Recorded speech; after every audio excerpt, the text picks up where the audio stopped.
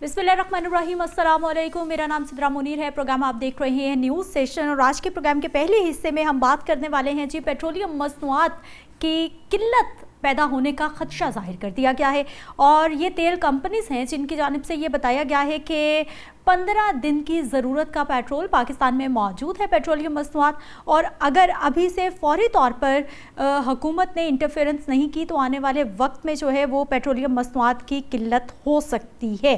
Companies की जानिब से ये कहा गया है कि दरामदी पेट्रोल जो आता है पाकिस्तान में उसकी क्लियरेंस में ताख़ीर हो रही है, यानी जो मामलात हैं जो गवर्नमेंट के हैं, जो टैक्सेशन के हैं, जो बॉर्डर्स के हैं, उनकी जो क्लियरेंस है उसमें ताख़ीर की वजह से आने वाले 15 दिन के लिए तो पेट्रोलियम मसनूआत दस्तयाब है, लेकिन उसके बाद क्या होगा हमारा ज़िम्मा नहीं है। इसी पे बात करेंगे जी। डॉक्टर हसन ज़फ़र साहब हमारे साथ मौजूद हैं, इकोनॉमिस्ट हैं। सर, आपको खुश आमदीद कहते हैं, बहुत शुक्रिया आपके टाइम का। डॉक्टर साहब, एक मसला हम अभी हल कर रहे होते हैं, पेट्रोलियम मसनूआत की कीमतों पे हम बात कर रहे हैं कि किस तरह से जो है रोज़ाना की बुनियाद पे शायद अब रिव्यू होना शुरू हो जाएगा, रिवाइज़ होंगी। और अब ये नया मामला सामने आ गया है कि क्लियरेंस के मसाइल हैं और कंपनीज़ कह रही हैं जी 15 दिन के रिज़र्व्स रह गए। पहले तो हम सुनते थे कि 23-24 दिन के रिज़र्व्स होते हैं हमारे पास। सर, बहुत बहुत शुक्रिया सिद्रा साहबा। देखिए, इस किस्म की बातें सुनने के लिए अब आप जानी तौर पर तैयार रहें। अब आप उन लोगों को भी बुलाएं जो इस एमओयू को सेलिब्रेट कर रहे थे कि बहुत कामयाबी हो गई और ये जंग रुक गई। और आप जानती हैं, आपके साथ आपके चैनल पे मैं पिछले 3 महीने से कंसिस्टेंटली कह रहा हूं कि ना जंग रुकी है, जी ना ये एमओयू इसको ऑनर किया जाएगा। मेरे अल्फाज मैं खुद दोहरा रहा हूं कि ये एमओयू जिस दिन साइन हुआ था अगले दिन वायलेट हुआ। उसके बाद आज वो फिर बात आ गई 15 दिन के रिजर्व हैं। यही साहब जो है आपको ये चंद दिन बाद बताएंगे कि हमारे पास 15 दिन के भी पूरे नहीं हैं। Oh my God. ये वक्त था जितना हमारे पास अब ये वक्त निकला था 2 महीने का, ये जंग बंदी का, सीज फायर का, इसमें इसका इंतजाम करना चाहिए था कि जब ये जंग दोबारा शुरू होगी तब क्या होगा। सही। मैंने परसों एक प्रोग्राम में अर्ज किया कि पाकिस्तान को अपना डिफॉल्ट डिक्लेयर करना चाहिए जो इस वक्त इकोनॉमिक कंडीशन है। ये गलत बयानी करके आप इस बात को नज़रअंदाज नहीं कर सकते। अगर आपने ये काम ना किया और अपने जो जिन लोगों ने आपको कर्ज दे रखा है उनके साथ आपने रीनिगोशिएट ना किया सारे मामले को सर नो, तो ये किसी दिन जब उनकी तरफ से ये फरमाइश आएगी ना कि आप डिफॉल्ट डिक्लेयर करें, उस दिन बहुत पेनफुल होगा। डॉक्टर साहब। आज वो वक्त है जब ये काम हम अपनी मर्जी से अपने वक्त पे अपनी टर्म्स पे कर सकते हैं। और अपनी पेट्रोल की तरसील का इंतजाम जो है हमें ये गल्फ से अलहदा करना होगा। हमें ईरान के साथ कोई इंतजाम करना होगा कि हमें अनइंटरप्टेड ऑयल सप्लाई आए। हमारे लिए आगे बहुत चैलेंजेस हैं और मुझे बहुत शदीद खतरा है कि इंडिया की तरफ से कोई पाकिस्तान के खिलाफ कोई कार्रवाई साइमल्टेनियसली होगी जब ईरान पे ज़मीनी हमला होगा। डॉक्टर साहब, सो ये सर ये जिस खदशात का आप इजहार कर रहे हैं, मेरे साथ भी, मैं भी आपके साथ कई प्रोग्राम कर चुकी हूँ और आप बरमिला इजहार करते हैं। एक तो आप कहते हैं कि पाकिस्तान डिफ़ॉल्ट हो चुका है, बस हुकूमतें मान नहीं रही। सर, कौन सी बुनियादों पे ऐसा कहा जा सकता है कि पाकिस्तान डिफ़ॉल्ट कर चुका है और फिर माना क्यों नहीं जा रहा? मान लिया जाएगा तो कितना नुकसान होगा और अभी कितना नुकसान हो रहा है? और दूसरा इम्पॉर्टेंट पॉइंट आपने कहा एमओयू साइन हो गया नहीं हो गया लेकिन जंग नहीं रुकेगी। तो सर, ये समझने वालों को मुशीरान मौजूद हैं, वजीरों की फौज मौजूद है, हुकूमत मौजूद है, इकोनॉमिस्ट मौजूद है, उनके पास स्पेशलिस्ट मौजूद है, समझ क्यों नहीं आ रही सर उनको? उन्हें सब समझ आ रही है, उनकी पॉलिटिकल मजबूरी है, वो ये काम कर नहीं सकते। इसलिए कि डिफॉल्ट डिक्लेयर करने का मतलब होगा अपनी नाकामी का ऐलान करना, इसलिए वो ये काम ना कर सकते हैं, ना कभी करेंगे। जो डिफॉल्ट के इंडिकेटर्स हैं वो सारे, उनमें से ज्यादातर जो है तकरीबन 90% हमारे पास सबूत है कि वो पूरे हो चुके हैं। नंबर 1 मैं पढ़ के सुना देता हूँ आपको। डेट टू जीडीपी जो है आपका, अगर 50 से ऊपर चला जाए तो वो एक इंडिकेटर होता है। अब लोग आर्ग्यू कर रहे हैं कि जी जापान का तो 100 से ऊपर है और अमेरिका का इतना है, तो उनके पास एबिलिटी टू पे बैक है, हमारे पास एबिलिटी टू पे बैक नहीं है। दूसरी बात यह है कि आपके फॉरेन रिजर्व्स जो हैं वो 3 महीने के इंपोर्ट के बराबर होने चाहिए। इस वक्त जो आपने विंडो ड्रेसिंग करा के रखे हुए हैं, जो पैसा आप खर्च नहीं सकते, उसके बावजूद आपके फॉरेन रिजर्व जो हैं आपकी तकरीबन 2.25 महीने की रिजर्व की इंपोर्ट के बिल के बराबर है। अगर उनके पैसे निकाल दिए जाएं सऊदी अरब के और चाइना के जो विंडो ड्रेसिंग में रखे हुए हैं, तो 1 महीने के बमुश्किल आपका इंपोर्ट इम्पोर्ट बिल है। इसके साथ और भी बहुत सारी तफसीलात हैं, जो आपकी टैक्स कलेक्शन का रेशो है, जो इस वक्त आप जिस तरह अपनी करेंसी को आर्टिफिशियली स्टेबलाइज किया हुआ है, आर्टिफिशियली इसलिए स्टेबलाइज किया हुआ है कि आपने अपनी जीडीपी ग्रोथ जो है उसको रोक लिया है। जिस दिन आप अपनी जीडीपी ग्रोथ बढ़ाएंगे, वो आपका जो है डॉलर पे, आपके रुपए पे प्रेशर आएगा, और उसके बाद ये फिर करेंसी का और इन्फ्लेशन का मसला शुरू होगा। इन्होंने आवाम को दिखाने के लिए कि जी हमने इन्फ्लेशन कंट्रोल की हुई है, ये इन्फ्लेशन कंट्रोल करने का मतलब ये है कि आपने इकोनॉमी को एक जगह पे फ्रीज कर दिया है। और याद रखिएगा, इकोनॉमी स्टैग्नेंट नहीं रहती, ये आगे जाती है या पीछे आती है। जो फ्रीज होके स्टैग्नेंट का टाइम है वो बहुत महदूद होता है, चंद हफ्ते का। उसके बाद ये पिछले 3.5 साल से इकोनॉमी आपकी रिवर्स में जा रही है। ठीक, इसके मैं आपको तफसीलात बयान कर सकता हूँ जब भी आप चाहें। अच्छा डॉक्टर साहब, मुझे सर ये बताइए कि अब ये जो आपने कहा कि इस तरह की खबरों के लिए जहनी तौर पर तैयार हो जाइए, रोज आपको इस तरह की कहानियां सुनने को मिलेंगी। सर मुझे ये बताइए कि हमारे पास सिर्फ 15 दिन का स्टॉक बाकी है, ये कितनी अलार्मिंग सिचुएशन है? अगर वो भी खत्म हो जाता है, हम डेड एंड के करीब पहुंच जाते हैं, क्या क्या मुश्किलात हमें फेस करना पड़ सकती हैं? आम लोगों की बात कर रही हूँ सर मैं। सबसे पहले तो आपकी ट्रांसपोर्टेशन का प्रॉब्लम आएगा, फिर आपकी इकोनॉमी पे इसका यानी डायरेक्ट रद्द-ए-अमल आएगा। आपके जो इस वक्त जो तेल पे कारखाने चल रहे हैं और जो तेल पे बिजली घर चल रहे हैं, उनके पास बिजली नहीं होगी। मेरा कंसर्न इस वक्त सबसे बड़ा मेजर ये है कि जो इस वक्त जियो पोलिटिकल सिचुएशन बन रही है और जिस किस्म की बातें इंडियन मीडिया पे और उनकी तरफ से जो पोस्टरिंग हो रही है स्टेट लेवल पे, ये कोई कार्रवाई करने के मूड में है। और ये ऐसे वक्त का इंतखाब करेंगे, याद रखिएगा, जब पाकिस्तान बहुत किसी शदीद माली मुश्किल में शिकार का फंसा हुआ होगा या जियो पोलिटिकली कहीं बहुत ज़्यादा फंसा हुआ होगा, ये उस वक्त ऐसी कार्रवाई करेंगे।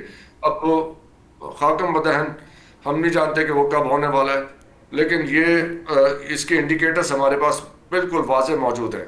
उसका नुकसान ये होगा कि हमारी फ़ौज की मूवमेंट के लिए, जो ट्रांसपोर्टेशन के लिए जो हमें तेल चाहिए होगा, उसकी अनइंटरप्टेड सप्लाई कौन गारंटी करेगा?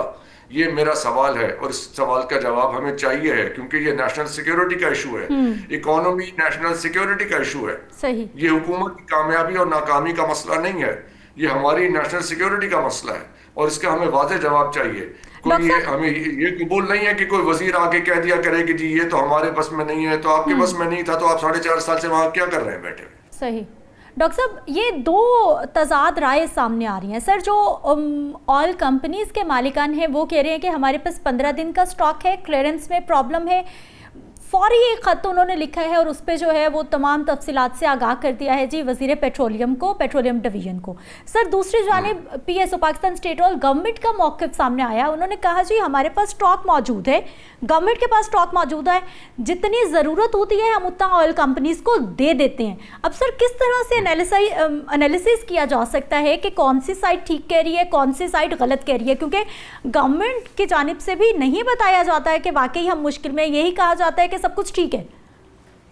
जी बिल्कुल, वो कैसे मानेंगे कि जी यहाँ पे कोई प्रॉब्लम आ रही है या आने वाली है? ये तो जिस दिन क्राइसिस आएगा उस दिन हाथ खड़े करेंगे कि जी हमने तो बहुत कोशिश की थी और हमसे ये देखें ये क्या हो गया, और ये किसी और पे ब्लेम शिफ्ट करेंगे।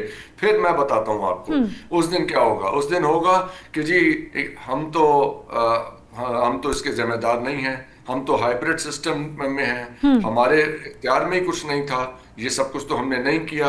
और उस दिन फिर आप देखिएगा ये आपकी आर्मी के खिलाफ बयानियां बनाएंगे। उस दिन ये सारा ब्लेम उधर शिफ्ट करेंगे। मैं आज बात आपके सामने ये ओपनली ये बात करके जा रहा हूँ कि ये बयानियां बनेगा और इसमें हमारी अफवाज को जिम्मेदार करार दिया जाएगा। जिस तरह आपको इधर उधर से आवाजें अभी आनी शुरू हो गई हैं जो एंटी मौलाना साहब की बात कर रहे हैं सर आप।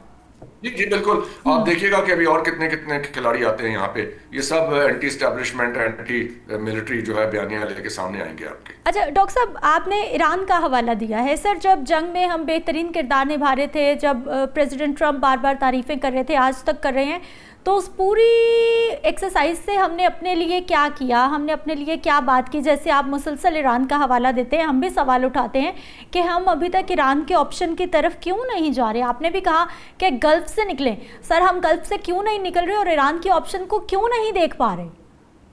جب ہم یہ بات کرتے ہیں تو جی ہمیں یہ کہا جاتا ہے کہ گلف میں ہمارے مزدور اور وہاں پہ باقی لوگ کام کرتے ہیں، وہاں سے ہمیں ترسیلات زر آتی ہیں، ریمیٹنس آتی ہے، اور اس کے اوپر ہمارا ملک چل رہا ہے، اور ٹھیک اس کی وجہ سے ہم وہاں سے جو بھی ہم سے فرمائش کی جائے ہم اس فرمائش کو رد نہیں کر سکتے۔ صحیح ایک تو مجھے اس بات پہ اعتراض ہے کہ آپ کیا نیشنل ساورنٹی اور نیشنل ڈگنیٹی کو پس پشت رکھ کے یہ اسٹیٹمنٹ دیتے ہیں؟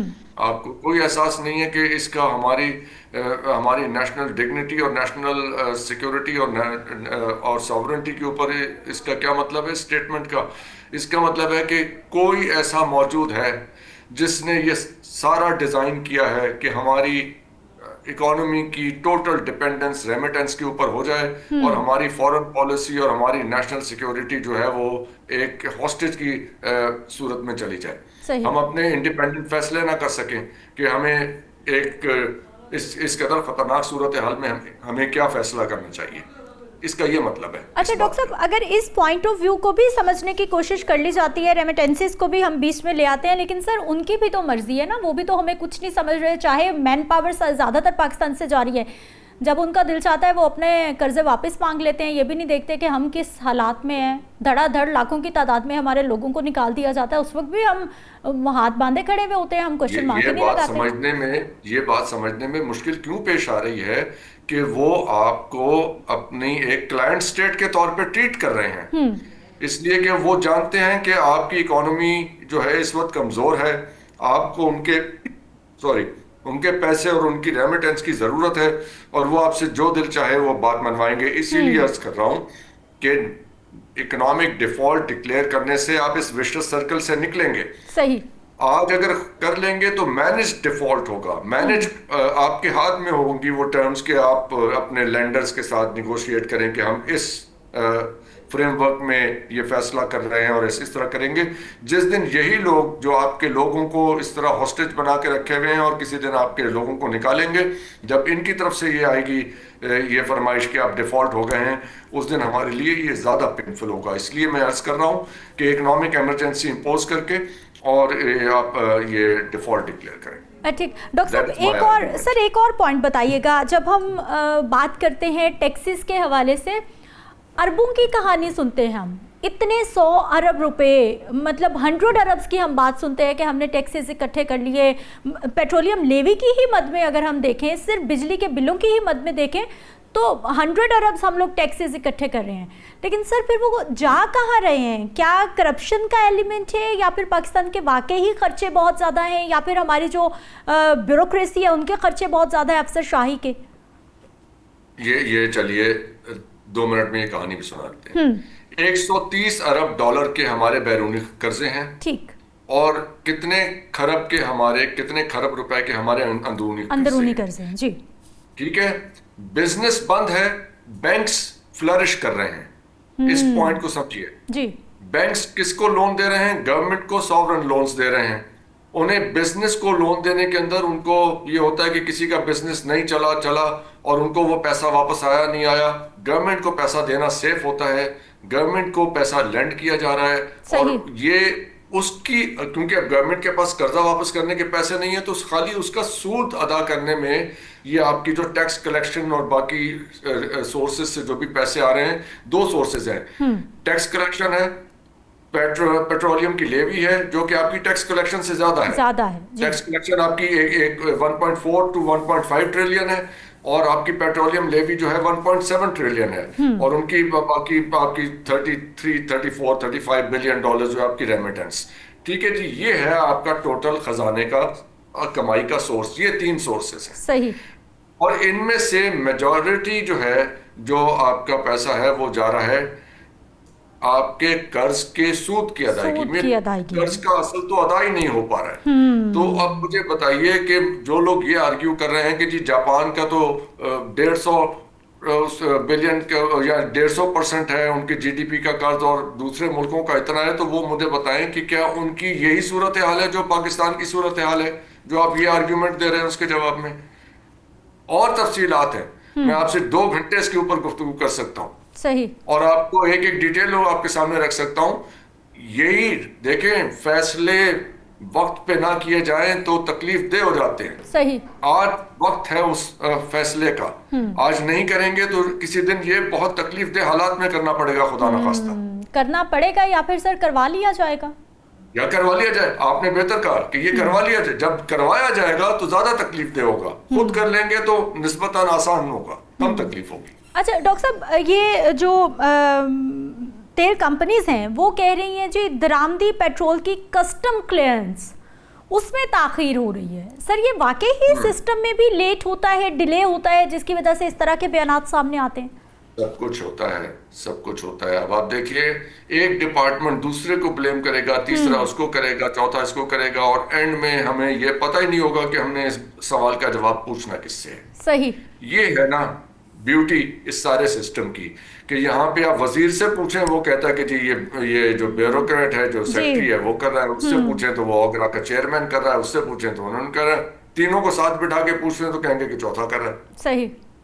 ये है, वी डोंट नो कि किसी मसले का हल पूछना किससे है, कौन उसका जिम्मेदार है, किसके कौन उसको